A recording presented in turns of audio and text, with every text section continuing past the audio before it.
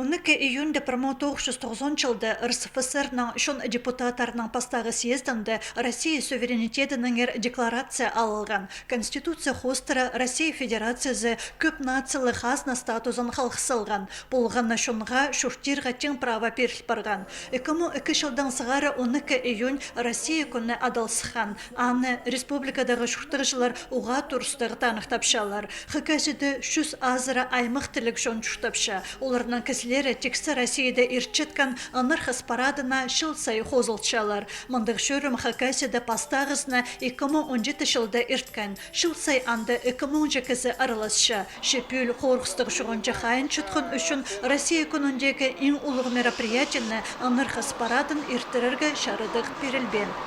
Аны үшін аймақ басқа мероприятиялар амалық бардылар. Интернет роликтер сықшылар. Шунар біздің аймақ басқа шунар алқыстапшылар Россия күнінің спрайзы бір шунның чүктөпші Россияда граждан әршілі общественная палата бұстарының ролигін зығарып сұғанар.